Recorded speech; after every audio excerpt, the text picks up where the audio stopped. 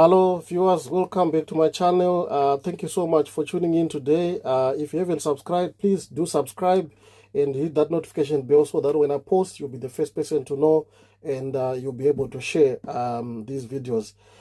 Today's topic, I'm going to be talking about the 10 soft skills which are required for a social worker to be an effective social worker, right? Like I said, I'm going to put a disclaimer to say this is not an exhaustive list, but these are nuggets from my own practice, from my own observations, and from my own interactions that I've had with colleagues who are in the field, really. So, right, sit back and relax, and if you can also share so that many people will be able to hear about this. First and foremost, it's important to one of the most important soft skills that a social worker would need to have is the ability to be empathetic. You need to be somebody who is understanding and being able to share your service users' feelings and the young people that you are working with. You should be able to show genuine concern in terms of the challenges that they are facing, and be able to work towards them achieving independence and a total well-being from what they're actually experiencing at that particular moment. So this is point number one. Point number two, you need to be somebody with good active listening skills, because remember, when they are talking to you, sometimes they are talking to you about things that they've spoken about previously to other people as well. So you need they may even leave gaps here and there. So you need to be somebody who has got active listening skills and be able to ask questions where you feel things are not clear, really. So you need to be an active listener. Giving them an active or a listening ear will actually enable you to penetrate and be able to engage them much better as well. This will enable you to gather pertinent and crucial information for your assessments or for any work that you are actually doing with these families. Point number three, you need to have good communication skills. Effective communication skills, both oral and written, are a prerequisite for you to be an effective social worker. I'm not going to explain much on that, because you should know that for you to be an effective social worker, you need to be able to communicate effectively orally and as well as written, so that your points can be put across eloquently, and you'll be able to actually verbally and be able to communicate with them even via email or in any other written form that you'll be able to engage them. It enables them to have a clear understanding of what you're concerned about, and they will be able to actually know what it is that they need to be doing as well. Point number four, one of the most important soft skills for a social worker is critical thinking.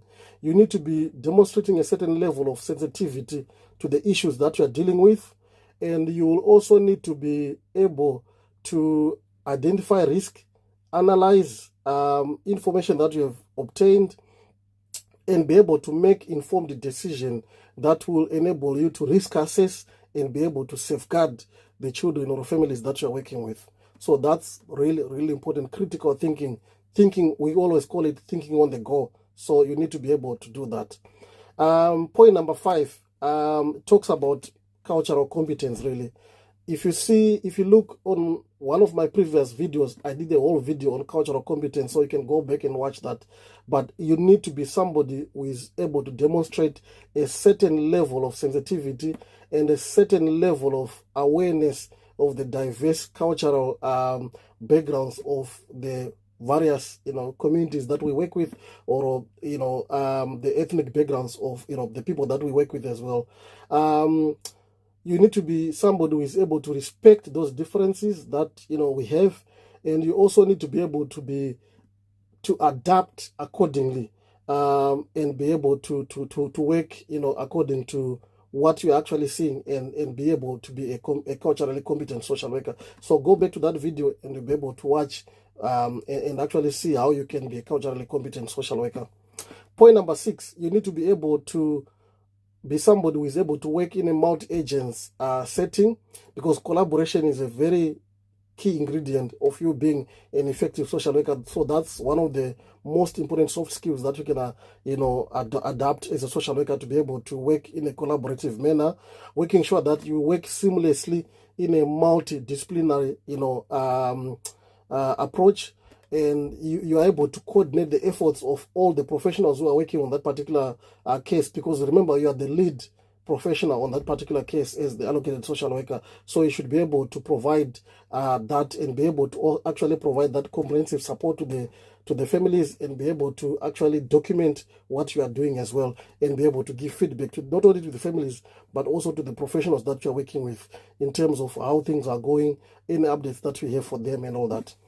You need to be somebody who is able to manage conflict and be able to address conflict in an amicable way, really, in a professional manner as well. There might be conflicts between you and the other professionals, or conflicts between you and the families that you're working with, but you actually need to do it in a very diplomatic manner as well. You need to be coming up with constructive ways of how you can manage that conflict as well. When it comes to other professionals, it might be issues to do with thresholds.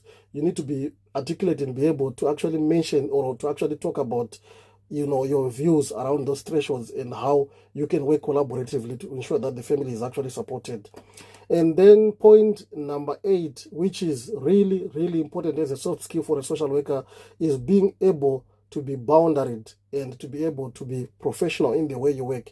Boundaries and professionalism is really, really important. So you need to be somebody who is able to evidence that you are boundaried, and you actually, execute your duties in a professional manner. You need to be someone who is able to maintain clear professional boundaries, not only with your service users, but also with other professionals that you are working with. However, you should actually be able to maintain a good level of rapport as well as trust with your service users, so that you'll be able to progress the work that you are doing.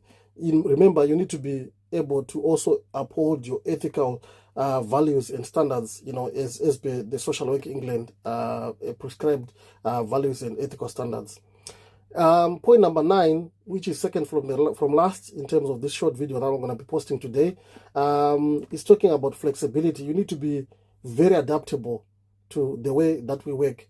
You can be working in a fast-paced environment like in an assessment team, or you can be working in a highly pressurized environment like a safeguarding team. You need to be very adaptable. Like, remember, I spoke about in another video about social work not being your typical 9-to-5 job. You should be able to be adaptable, to make sure that sometimes, even if it requires you to work an extra hour or 2, but making sure that the families that you're working with are adequately supported, you should be able to do that. In other words, also, you should be able to actually readjust your strategies in terms of the response that you're giving to families, depending with the level of need as well, and be able to use supervision wisely and effectively. Right. Point number 10 is resilient. It's not a baby's job. It's not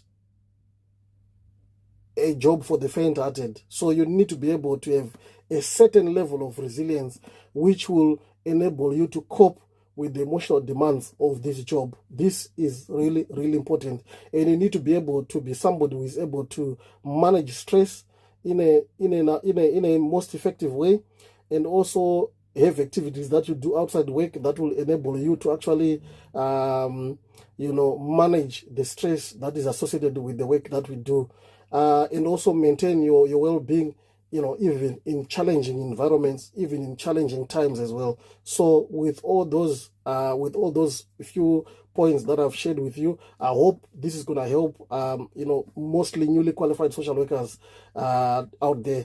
Thank you so much. If you haven't subscribed, please subscribe to this channel and hit that notification bell, so that when I post, you'll be the first person to know.